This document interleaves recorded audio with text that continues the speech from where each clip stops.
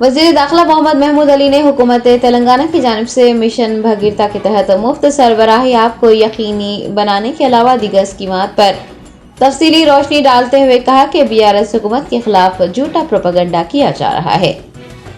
मौलाना अबुल कलाम आज़ाद की यौम पैदाइश तकरीब के इनेकाद के बाद वज़ीर दाखिला मोहम्मद महमूद अली ने मीडिया से बात करते हुए कहा कि तेलंगाना के क़याम और BRS हुकूमत के दौर इक़्तिदार से पहले आबी सरबराही मुसलसिल नहीं होती थी, लोगों को मुश्किलात पेश आती थी। रियासत के 2 अजला ऐसे भी थे जहां पर फ्लोरोसिस की वजह से लोग बीमार हुआ करते थे। उस वक्त की कांग्रेस और तेलुगु देशम की हुकूमतों ने इस मसले को हल नहीं किया, जबकि वज़ीर आला KCR ने रियासत की तश्कील के बाद उस मसले को हल कर दिया। होम मिनिस्टर ने कहा कि मिशन भागीरथा के जरिए हुकूमत रियासत के छोटे छोटे देहातों तक भी आबी सरबराही कर रही है। उन्होंने वाज़ेह किया कि तेलंगाना वो वाहिद रियासत है जहां अवाम को मुफ्त पानी सरबराह किया जाता है। कुछ जमातों की जानिब से हुकूमत मुखालिफ झूठा प्रोपेगेंडा करने की उन्होंने मजम्मत करते हुए कहा कि हुकूमत ने बहुत से इक़दाम किए हैं, लेकिन कुछ जमातें हुकूमत मुखालिफ प्रोपेगेंडा कर रही हैं। रियासत तेलंगाना में तालीमी मैदान में BRS हुकूमत के ज़ेर इक़्तिदार लाई गई तब्दीलियों और हुकूमत की जानिब से तालीम मुहैया करवाने के लिए जारी इक़दाम पर भी होम मिनिस्टर ने तफसीली रोशनी डाली।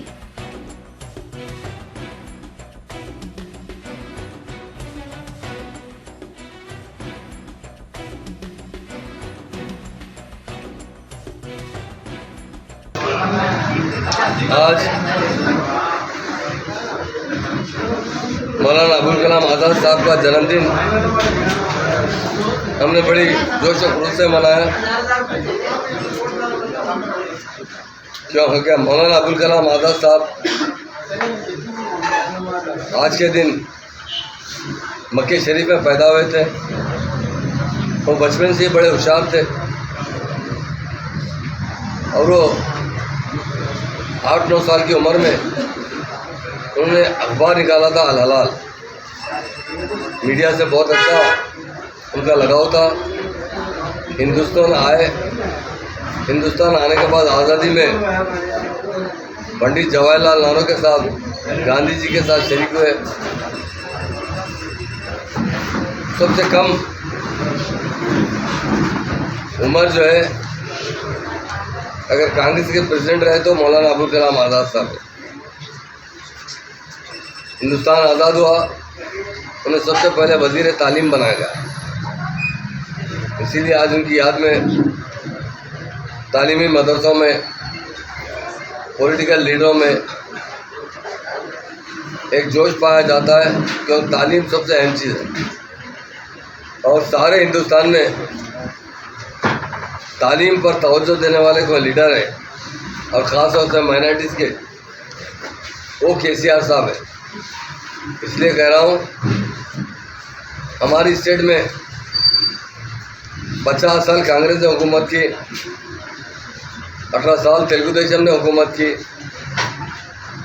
पर कभी भी वो तालीम पर तवज्जो नहीं किए। क्योंकि 50 साल दौर में कांग्रेस और तेलुगु देशम 18 साल 68 साल दौर में हमारी स्टेट में 12 रेजिडेंस स्कूल से ज़्यादा नहीं खुले थे जो मामूली नवियत के थे, जिसमें ना टीचर्स थे ना स्टूडेंट्स थे। हमारे CM साहब तेलंगाना मूवमेंट में कहा करते थे, आज मुसलमान गरीब है, अगर मुसलमान पंचर बनाते हैं, मुसलमान होटलों में प्यालियाँ धोते हैं, पान के डब्बों पर काम करते हैं, किराने के दुकानों में पुड़ियाँ बनाते हैं, इसलिए कि उन्हें तालीम नहीं दी गई। अगर 50 साल तालीम देते होते तो मुसलमान तो गरीब तो रहता है इंसान, पूरे के पूरे तो दौलतमंद नहीं होता, मत तालीम याफ्ता होता। ये तालीम याफ्ता जब होता तो शऊर जागता उन्हें में। तालीम सबसे अहम चीज़ है, मगर हमारे CM साहब ने जिस तरह उनका जहन था उसी तरह उन्होंने काम किया। आज 204 रेजिडेंशियल स्कूल काम कर रहे हैं, उसे अपग्रेड किया गया इंटरमीडिएट। अभी CM साहब ने ऐलान किया कि रेजिडेंशियल स्कूल के बच्चे जहाँ तक तालीम हासिल करेंगे, चाहे वो इंजीनियर बने या डॉक्टर बने, चाहे वो फॉरेन जाकर पढ़ना चाहते हैं, चाहे वो साइंटिस्ट बने, उन्हें हर तरीके से हुकूमत सपोर्ट करती रहेगी। इस मरतबा 11 बच्चों को MBBS में दाखिला मिला है। 140, 45, 50 बच्चों को तो जो है BDS में दाखिला मिला है। एक बच्चे को तो पायलट का दाखिला मिला है। तकरीबन 1500 बच्चे इंजीनियरिंग में दाखिला मिला है। ये वो बच्चे दौलतमंद घराने के बच्चे नहीं हैं। ये वो बच्चे जिनके माँ बाप पंचर बनाते थे, जिनके माँ बाप खेत में काम करते थे, जिनके माँ बाप होटलों में प्यालियाँ धोते थे। CM साहब ने उनके बच्चों को डॉक्टर बनाने के लिए आगे जहाँ तक तालीम हासिल कर सकते हैं वहाँ तक मदद करने के लिए CM साहब ने ठान ली है। मैं एक बात बताता चलूँ, आज से 1 महीना पहले महबूब नगर का कैम्ब्रिज स्कूल का बच्चा बेगमपेट पॉलिटेक्निक कॉलेज में दाखिला लिया। जब दाखिला लेने के बाद पता चला कि यहाँ पर 35 लाख रुपए फीस है, वो बड़ा परेशान हुआ। वहीं पर एक मोहसिन साहब हमारे लीडर रहते, वो बच्चे को लेकर मेरे पास आए। मैंने कहा फिक्र मत कीजिए, हम CM साहब से गुजारिश करेंगे। जब मैंने खुद जाकर CM साहब से जिक्र किया, CM साहब ने कहा महमूद भाई, एक बच्चे की फीस 35 लाख है ना, कोई बड़ी बात नहीं है। 100 बच्चे ने 1000 बच्चों को मैं पढ़ाऊँगा, काबिल बनाऊँगा। क्योंकि जो मेरा मकसद है वो यही मकसद है, इन्हीं लोगों को जो गरीब लोग हैं, गुर्बत की ज़िंदगी गुजार रहे हैं, रात दिन मेहनत करते हैं, और उसके बाद उन्हें 2 वक्त की रोटी बराबर नहीं मिलती। उन्हें मैं अच्छी से अच्छी तालीम दिलाने के लिए हुकूमत से जितना भी पैसा हो सके मैं खर्चने के लिए तैयार हूँ। आप देखिए और बच्चे भी पढ़ना चाहते हैं। इससे पहले भी CM साहब ने सलमान नाम की लड़की के, जो जाहिद अली भाई जो सियासत के एडिटर हैं चीफ, वो उसकी मदद किया करते थे। मगर जब इसका दाखिले का मसला आया, दुबई में जाके एडमिशन लेने का मसला आया, तो हमारे CM साहब ने 35 लाख रुपए उस बच्ची को भी दिया। मेरा बोलने का मतलब यही है, 9 साल 4 महीने के अंदर हमारे CM साहब ने जो काम किया, उसकी मिसाल हिंदुस्तान में नहीं मिलती। लोग आज बजट की बात करते हैं, मैं कहता हूं कि आने वाले टाइम 4000 ने 5000 करोड़ से ज़्यादा बजट खर्चा करके बताएंगे। अरे पैसा अगर किसी के पास है तो तेलंगाना गवर्नमेंट के पास है, दिल है किसी के पास। लोग कहते हैं कि 56 इंच का सीना, 56 इंच के सीने के दौरान 6 इंच का दिल अच्छा होना चाहिए। वो 6 इंच का दिल अगर नरम दिल किसी के पास है तो वो KCR साहब के पास है। कई स्कीम्स हमारे हैं जो इलेक्शन मैनिफेस्टो में डिक्लेयर नहीं किए गए, क्योंकि हमको शर्म आती है बार बार इलेक्शन मैनिफेस्टो में ये करेंगे ये करेंगे। लोग छोटी छोटी बातें कर रहे हैं, बच्चों को PhD करा देंगे। अरे एक प्रोफेसर 5-6 साल में 4-5 बच्चों को PhD करा सकता है, 7-8 तक जा सकता है। हम तो चाहते हैं कि हज़ारों लाखों बच्चों को तालीम में फ़ायदा पहुँचे। ओवरसीज स्कॉलरशिप आप देख लीजिए, गरीब आदमी का बच्चा अमेरिका ऑस्ट्रेलिया जाकर नहीं पढ़ सकता। अगर उसको पढ़ाने वाला कोई शख्स है तो वो KCR है। आज 3300 बच्चे अमेरिका जाकर या ऑस्ट्रेलिया जाकर लंदन जाकर पढ़ चुके हैं और वहाँ पढ़ भी रहे। CM साहब ने उसके लिए तकरीबन 440-50 करोड़ का खर्चा किया है। CM साहब हमें चाहते हैं कि हमारे जो मुसलमान हैं वो गुर्बत की सतह से थोड़ा आगे निकले। एक बार मैं भी था मीटिंग के अंदर, हमारे IAS अफसरों ने कहा कि साहब ये 20 लाख की रकम बड़ी रकम है, हमें बच्चे तालीम हासिल कर लेंगे, जब वो मुलाजिमत करेंगे तो जब बाद में लेंगे। सीएम साहब ने कहा हमारे ऑफिसर से, मेरा बेटा KT रामाराव अमेरिका में पढ़ा है, मेरी बेटी कविता अमेरिका में पढ़ी है, मैंने उससे एक पैसा नहीं लिया, तो क्या गरीब माँ बाप से पैसे ले सकता हूँ 20 लाख रुपए? हमें लेने के लिए भी शर्म आना चाहिए। अगर ये बच्चे अमेरिका, ऑस्ट्रेलिया, लंदन, किसी भी कंट्री में अच्छी तालीम हासिल कर लेंगे, खुशहाल बन जाएंगे, तो मेरी एक ही गुजारिश है उनसे, उन्हें अपने अफराद ख़ानदान की किफ़ालत लेना चाहिए, ताकि जो उनके चचेरे, खलेरे, फुफेरे, मुमेरे, तायरे, भाई है, बहने, उनकी किफ़ालत लेकर अगर वो उनको पढ़ा देंगे तो कौम सुधर सकती है। आज हम देख रहे हैं इलेक्शन का टाइम है, लोग बड़े बड़े बातें करते हैं, लोग आकर कह रहे हैं कि भाई आने वाले हफ्ते में और इससे अच्छा करेंगे। मैं पूछना चाहता हूँ, हमारे पिछले 10 साल कांग्रेस ने रूल की, पूरे पिछले 10 साल में आंध्र प्रदेश में वो लोगों ने टोटल बजट 10 साल में 2200 करोड़ का खर्चा किया, पूरा टोटल वेलफेयर में, एजुकेशन में, हर तरीके से। और KCR साहब ने तेलंगाना के अंदर तकरीबन 11,000 करोड़ खर्चा किया है, 10 साल के अंदर 11,000 करोड़ खर्चा किया है तेलंगाना। अरे तुम तो बर्बाद करके दिए। तेलंगाना 10 डिस्ट्रिक्ट में 1 डिस्ट्रिक्ट फॉरवर्ड था, 9 डिस्ट्रिक्ट बैकवर्ड थे, किसान खुदकशी करते थे, मुलाजिमतें नहीं थे, हर शोबेयात में बैकवर्ड हो चुके थे। आज इंडिया में नंबर 1 स्टेट है तो तेलंगाना स्टेट है, नंबर 1 चीफ मिनिस्टर तो KCR साहब, जो 9 साल 4 महीने के अंदर ये स्टेट को नंबर 1 बनाए। फिर अब 2 टर्म पूरे किए, अब तीसरे टर्म का इलेक्शन आ रहा है। कांग्रेस वाले कर्नाटक में जीत के आके बात करते हैं, मुसलमान कर्नाटक में उठ जाता। यकीनन कर्नाटक का जो पोजीशन था, इतना तंग कर चुके थे मुसलमानों को, मस्जिदों में अज़ान बंद कर दी गई थी।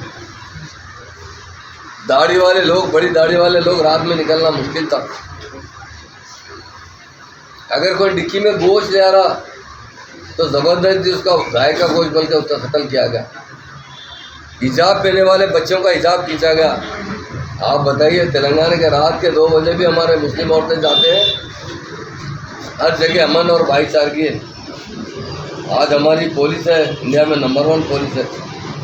आज हमारे पास जो क्राइम होते हैं, जिस तरह हम इन्वेस्टिगेशन करके पकड़ते हैं, सारे इंडिया में जितने CCTV कैमरे, उसका 64% कैमरे हमारी स्टेट के अंदर है, और ज़्यादा हैदराबाद, राजकोंडा, साइबराबाद कमिश्नरेट में। इसलिए इतनी अच्छी हुकूमत चल रही है, हमें कोई दिल्ली की हुकूमत की ज़रूरत नहीं है। KCR इस सरजमीन के बाप है, हम नौजवानों के बाप है, हमारे जो बुजुर्ग लोगों के बेटे हैं। जो घर में आपका बेटा खुद आपकी सेवा करने के लिए तैयार है, तो पड़ोस की रियासत का बेटा लाके क्या करेंगे आप बताइए। हमें नहीं चाहिए दिल्ली की गवर्नमेंट, नहीं चाहिए दिल्ली का एडमिनिस्ट्रेशन। जब जब आप लोगों को मालूम है चीफ मिनिस्टर को बदलना पड़ता ना, 50 फिसादात करवाते थे, बेहिसाब फिसादात करवाते। आज 2014 के बाद उसका मुकम्मल खात्मा हो चुका है। इतनी अच्छी हुकूमत है, हमारे CM साहब इतने अच्छे हैं।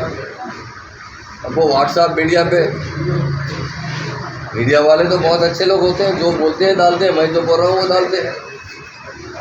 वो कर्नाटक के बातें करते हैं, अरे भाई पिछली हुकूमत आएगी, मस्जिदों में अज़ान कैसे देंगे। अरे पिछली हुकूमत कर्नाटक के अंदर थी, BJP हुकूमत थी। अरे यहाँ तो KCR साहब इतने सेकुलर लीडर है, वो मुसलमानों का बड़ा एहतराम करते हैं। वो व्हाट्सएप वहाँ के यहाँ का पेश किया जा रहा है। मैं आवाम से आपके ज़रिए बोलना चाहता हूँ, BRS पार्टी किसी भी सूरत में कभी भी कोई फ़िरका परस्त पार्टी या BJP से अलाइंस नहीं करेगी। ये अफवाहें फैलाए जा रहे हैं, ये सरासर गलत इल्ज़ाम, हम पे सरासर इल्ज़ाम है। उसी तरह मस्जिदों की अज़ां, मस्जिदों का एहतराम, हमारी गर्दन भी कट जाएगी तो बरकरार रहेगा। ये एक सेकुलर हुकूमत है, सेकुलर चीफ मिनिस्टर है। आज मैं पूछना चाहता हूँ, इमाम और मौजूद हज़रात को हदिया देने वाला कौन है?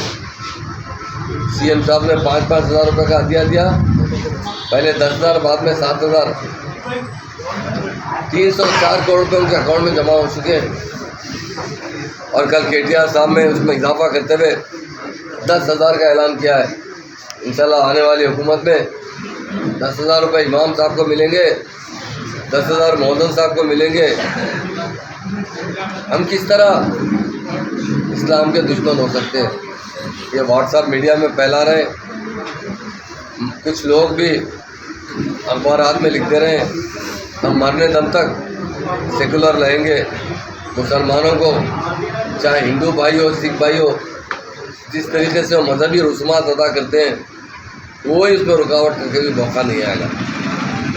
इस्लाम एक ऐसा मज़हब है, अमन की तालीम देता है। 42% हमारे स्टेट में खर्चा होता है, 58% आंध्र में खर्चा होता है। हर शोबेहत में किसी ने उन्होंने खर्चा नहीं किया। आज बजट की बात करते हैं, मैं कहना चाहता हूँ, हम जो खर्चा बता रहे हैं ये ऐसे स्कीम्स है, उसको छोड़ कर आसरा स्कीम देते हैं सीएम साहब। साबिका में 75 मिलते थे, बाद में 200 हुए थे। सीएम साहब ने 2116 किया और आने वाले साल इंशाल्लाह फिर नई स्टेट बनने के बाद हमारी इमीडिएट 1000 बढ़ाया जाएगा। उसके बाद हर महीना हर साल 500-500 रुपये का इजाफा किया जाए। पूरे पिछले 5 साल में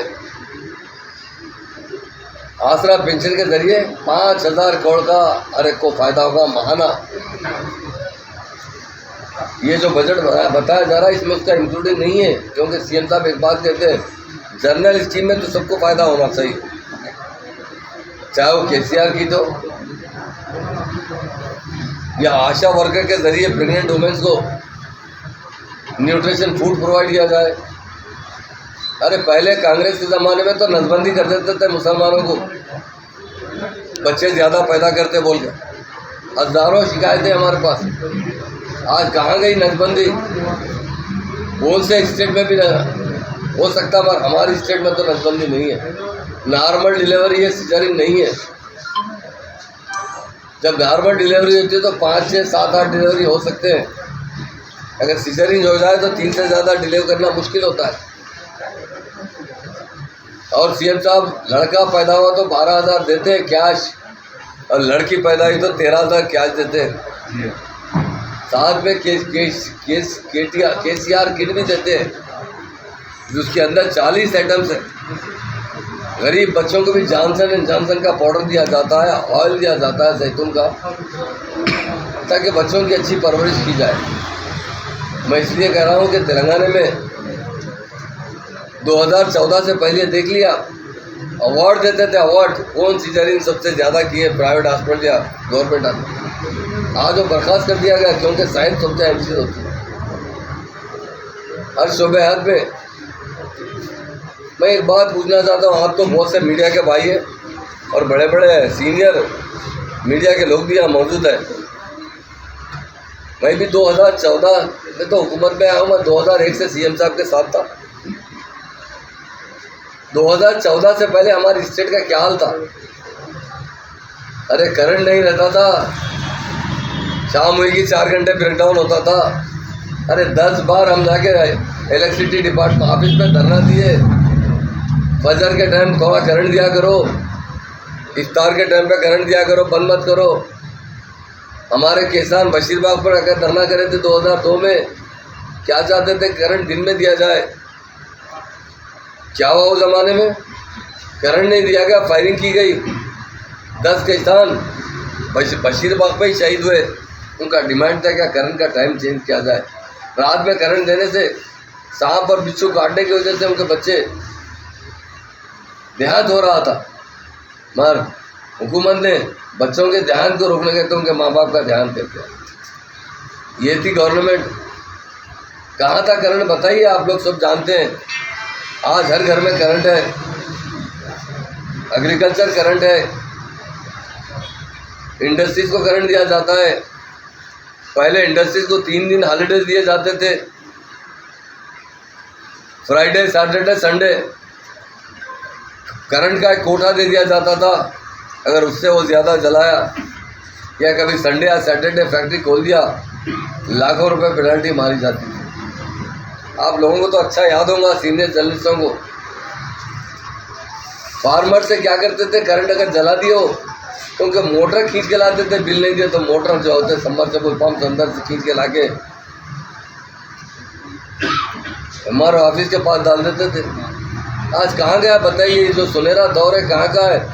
मैं पूछना चाहता हूँ, पीने के पानी के बारे में पूछना चाहता हूँ। पहले कब मिलता था पानी, आप ही बोलिए। रोज़ नहीं मिलता था या एक दिन नहीं मिलता था। कई जगह ऐसे थे हफ्ते में 1 दिन पानी मिलता था। पानी का प्रेशर नहीं रहता था। आज अल्लाह के फजल करम से पानी का प्रेशर भी बहुत है। 1 दिन और 5 जगह तो रोज़ भी पानी मिलता है। यहाँ नहीं, सारे तेलंगाना में, तेलंगाना स्टेट में 2 डिस्ट्रिक्ट ऐसे थे, नलगुंडा डिस्ट्रिक्ट, महबूब नगर। नलगुंडा में बहुत ज़्यादा फ्लोरेसिस वाटर था, महबूब नगर में भी थोड़ा था। लोग बीमार हो जाते थे, किडनी फेल हो जाते थे। फील पंप की जो बीमारी आती थी, पाँव ऐसे ऐसे मोटे हो जाते थे नलगुंडा में। मगर कांग्रेस ने 50 साल, तेलुगु देशम ने 18 साल उस पर गौर नहीं किया। हमारे सीएम साहब ने तेलंगाना बनने के बाद असेंबली में दूसरे साल ऐलान किया, आने वाले इलेक्शन से पहले मैं घर घर पानी नहीं पहुंचाऊंगा, फिर इलेक्शन कांटेस्ट ही नहीं करूंगा। सीएम साहब ने जुस्तजू करते हुए कालेश्वर प्रोजेक्ट बनाया, आज जो वर्ल्ड का सबसे टॉप प्रोजेक्ट है। मिशन भगीरथ के जरिए हर विलेज में, छोटे छोटे विलेज में जिस जगह 25-50 लोग बसते हैं, वहाँ तक भी पाइपलाइन के जरिए पानी पहुँचा। और एक ख़ास बात है, आज हमारी स्टेट में पानी बगैर 1 पैसे के मिलता है। कमर्शियल को बिल आती है मगर डोमेस्टिक को बिल नहीं है। मुकम्मल फ्री पानी अगर किसी स्टेट में मिलता है तो हमारे स्टेट में मिलता है। इसलिए मेरे भाइयों, मीडिया के दोस्तों, व्हाट्सएप के हमारे भाइयों, लोग उल्टा प्रोपेगेंडा कर रहे हैं, कुछ नहीं किए।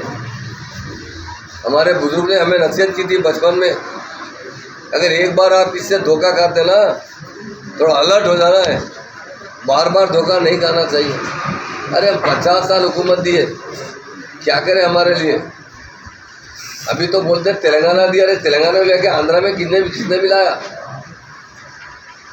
मिलाने वाले आप भी थे,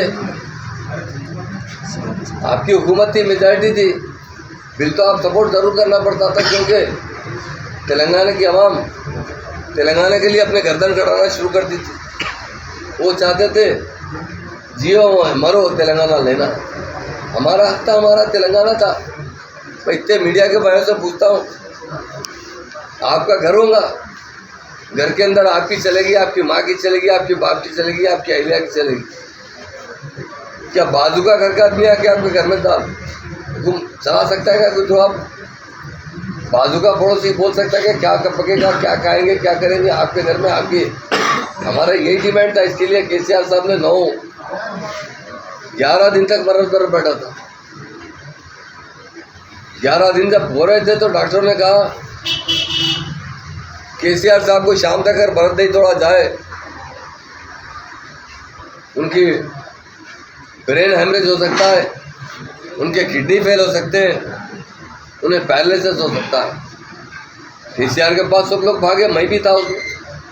कविता मैडम थे, केटीआर थे, हरीश राव थे, जयशंकर साहब थे। जब केसीआर साहब से कहा कि साहब आप भरत तोड़ दीजिए फिर हम मूवमेंट चलाएंगे, केसीआर साहब बोले अब इससे ज़्यादा नहीं हो सकता, हद हो गई है। 69 में 400 नौजवान शहीद हुए और ये तेलंगाना में इतने लोग यहाँ पर भी सुसाइड किए। अब मैं नहीं जीना चाहता, मैं मर गया, मर जान दीजिए, मैं मुझे पैरालिसिस हो जान दीजिए, मेरे किडनी फेल हो जान दीजिए, मैं तेलंगाना के लिए अपनी जान की कुर्बान कर दूँगा। उसके बाद चिदम्बरम साहब ने जब आज पता चला कि अगर केसीआर साहब को कुछ लास्ट पोजीशन में आ चुके हैं, कुछ हो गया तो आंध्रा तेलंगाना आग के शोलों में आ जाएगा। जब उन्होंने ऐलान किया Telangana process will be start, उसके बाद काफ़ी सता कर तेलंगाना दिया गया। ठीक है, हमारा हक है। हिंदुस्तान जब आज़ाद हुआ तो सिर्फ 14 स्टेट थे, कई नई स्टेट बने एक के बाद। हमारी स्टेट नहीं है, हमें आंध्रा में मिला गया था, वो स्टेट वापस है। आंध्रा का वजूद कब आया बताइए? ये भी मद्रास के अंदर थे, हमसे उनका अलग हिस्सा किया गया।